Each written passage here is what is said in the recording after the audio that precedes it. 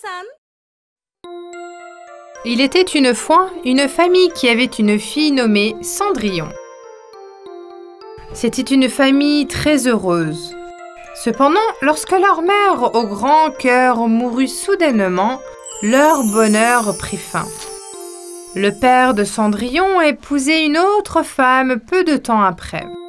Cette femme avait 2 filles gâtées et rancunières. Elle était tout aussi méchante que leur mère. Elles virent toutes dans la même maison. Cendrillon avait maintenant 2 demi-sœurs et une belle-mère. Tout le monde aimait Cendrillon qui était incroyablement gentille et belle. Elle avait des longs cheveux blonds, des yeux bleus océan et des pieds et des mains fragiles. Elle aimait aider tout le monde autour d'elle, cuisiner de délicieux repas. Elle les faisait effectuer toutes les tâches ménagères et l'utilisait comme femme de chambre. Son seul ami était un chat tigré. Lorsqu'elle terminait ses tâches, elle prenait son chat sur ses genoux, s'asseyait près de la cheminée, il lui racontait ses malheurs. Elle lui disait toujours à quel point sa mère lui manquait. C'est pourquoi Cendrillon a été surnommé Chat Cinder. Malheureusement, peu de temps après, son père est mort, lui aussi. Les 2 demi-sœurs et la belle-mère ont donné à Cendrillon une chambre dans le grenier. Tu ne peux pas rester au même étage que nous. Tu es mieux là-haut.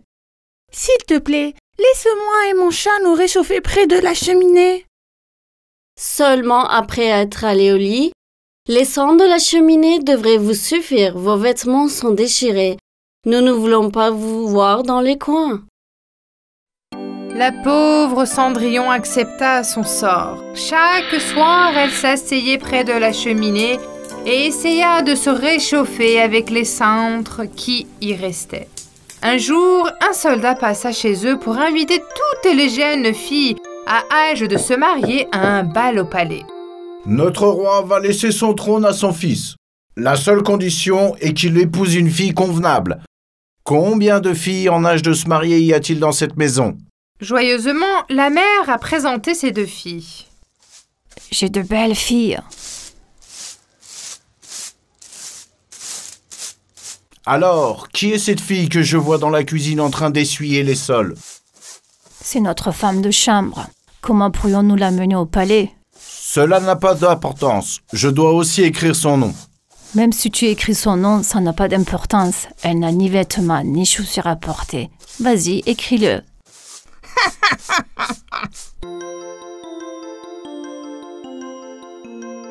Cendrillon a supplié sa mâtre. S'il te plaît, donne-moi une des robes de mes sœurs pour que je puisse venir aussi. Non, tu n'iras pas. Tu nettoieras les sols jusqu'à notre retour. Penses-tu que le prince te choisira plutôt que mes filles, la chatte Cinder ? Toutes les 3 se moquèrent de Cendrillon et la chassèrent.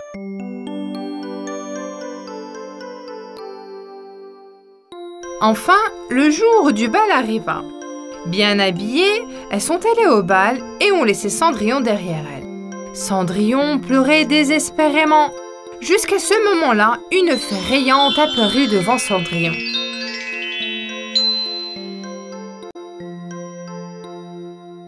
Ne t'inquiète pas, je t'emmènerai au bal. Qui êtes-vous? Je suis la bonne fée qui aide les filles au grand cœur. Ta mère m'a envoyée ici pour t'aider. Elle veille sur toi depuis le ciel. Allez, on s'y met. Trouve-moi une grosse citrouille et 6 souris. Cendrillon fit tout de suite ce que la fée lui demanda. Elle a apporté la citrouille et les souris de sa chambre, qui étaient déjà ses amis accourus pour l'aider. Avec les baguettes dans la main, la fée transforma la citrouille en un fantastique carrosse. 4 souris en chameau blanc, une souris en cocher et un autre en valet de pied. Enfin, ce fut le tour de Cendrillon. La fée toucha sa tête avec sa baguette et la transforma en une merveilleuse princesse. Rappelez-vous, ne restez pas après minuit. Le sort se rompera après 12 heures. Tu dois quitter le bal avant minuit. Bonne chance. Cendrillon monta dans la carrosse et se rendit directement au palais. Dès qu'elle entra dans la salle de bal, tout le monde la regarda fixement et rétint son souffle. Ils étaient curieux d'apprendre qui elle était. Elle devait être une princesse d'un autre pays. Ils se demandaient qui d'autre pourrait arriver dans un si magnifique carrosse et porter ses bijoux exquis. Le prince, qui a vu Cendrillon, s'est immédiatement approché d'elle. « Madame, voulez-vous danser avec moi ?» Avec plaisir, Son Altesse royale. C'était le coup de foudre. Le prince a dansé avec Cendrillon toute la nuit. Le roi et la reine aimaient aussi beaucoup Cendrillon. Cette fille nous conviendra aussi bien qu'à notre palais. Elle est noble et belle. Nous avons trouvé notre jeune mariée. Toutes les autres filles du bal, y compris la belle-mère et les demi-sœurs, souffraient de jalousie.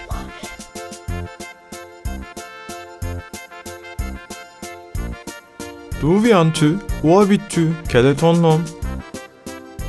Le temps passait très vite. Cendrillon, qui fit qu'il était presque midi, quitta le prince à l'improviste et s'enfuit du palais. En dévalant les escaliers du palais, elle perdit un de ses souliers de verre. Mais comme elle était si pressée, elle l'allait laisser derrière elle et monter dans la carrosse et rentrait chez elle. À minuit exactement, tout est redevenu ce qu'il était avant. Le prince, qui avait couru après Cendrillon, était sous le choc. Il n'avait pas réussi à l'attraper, mais il avait trouvé son soulier de verre dans l'escalier.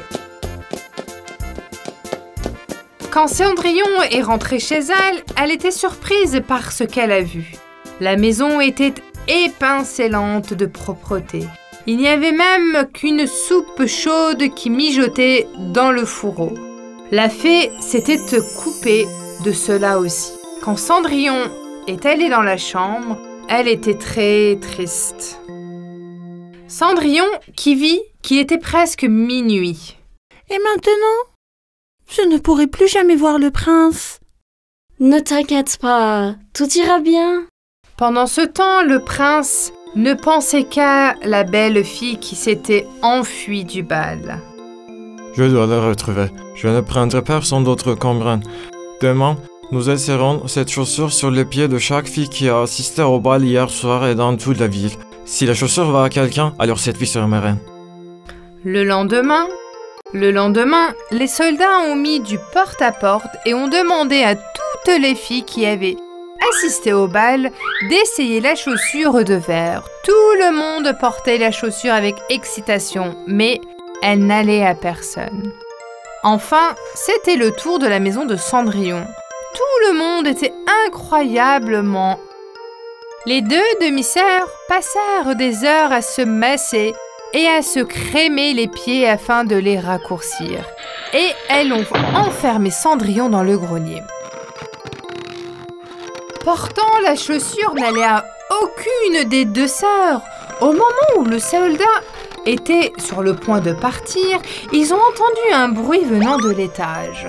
Cendrillon avait réussi à attirer leur attention en renversant une armoire.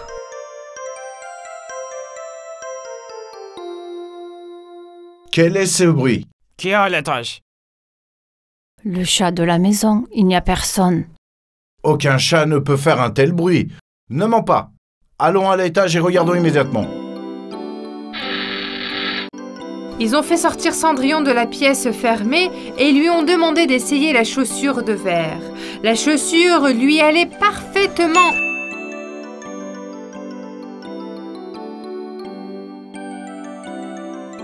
Cendrillon leur a montré l'autre père. Les soldats furent qu'il avait trouvé la princesse et coururent au palais pour lui annoncer la bonne nouvelle. Le prince arriva avec joie à la maison de Cendrillon et la reconnut tout de suite. Veux-tu m'épouser et être ma princesse? Ayant reçu la réponse affirmative, il l'emmena au palais. Cendrillon, lui, raconta tout ce qu'il s'était arrivé. Ils se marièrent avec un mariage qui dura 40 jours et 40 nuits. La première chose que fit Cendrillon fut de faire venir son chat Tigré au palais. Ils vécurent heureux jusqu'à la fin des temps et la bonne fée vieillit sur eux en permanence.